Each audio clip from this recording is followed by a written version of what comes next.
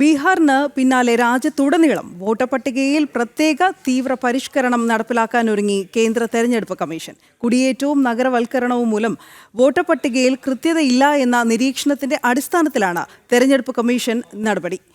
തീയതികൾ സംസ്ഥാനം തിരിച്ച് പിന്നീട് പ്രസിദ്ധീകരിക്കുമെന്നും കമ്മീഷൻ വ്യക്തമാക്കി.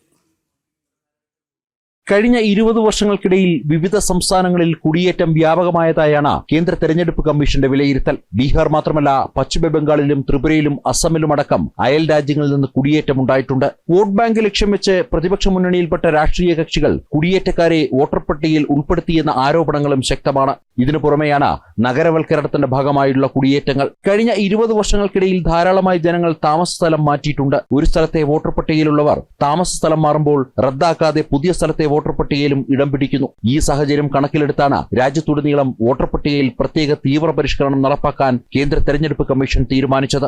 നടപടികൾ ആരംഭിക്കുന്ന തീയതികൾ സംസ്ഥാനം തിരിച്ച് പ്രത്യേകമായി പ്രസിദ്ധീകരിക്കുമെന്ന് കമ്മീഷൻ വ്യക്തമാക്കി. 35 ലക്ഷത്തിലധികം അനധികൃത വോട്ടുകളാണ് പ്രത്യേക തീവ്ര പരിഷ്കരണത്തിലൂടെ കേന്ദ്ര തെരഞ്ഞെടുപ്പ് കമ്മീഷൻ ബീഹാറിൽ കണ്ടെത്തിയത്. മരിച്ചുപോയ 12.5 ലക്ഷം വോട്ടർമാരെയും പട്ടികയിൽ നിന്ന് നീക്കം ചെയ്തിരുന്നു. അതേസമയം വോട്ടർ പട്ടികയിൽ തെരഞ്ഞെടുപ്പ് കമ്മീഷൻ പരിഷ്കരണം വരുത്തുവാൻ നടത്തുന്ന നീക്കങ്ങളെ കോൺഗ്രസ് അടങ്ങുന്ന പ്രതിപക്ഷ സഖ്യം ശക്തമായി എതിർക്കുകയാണ്.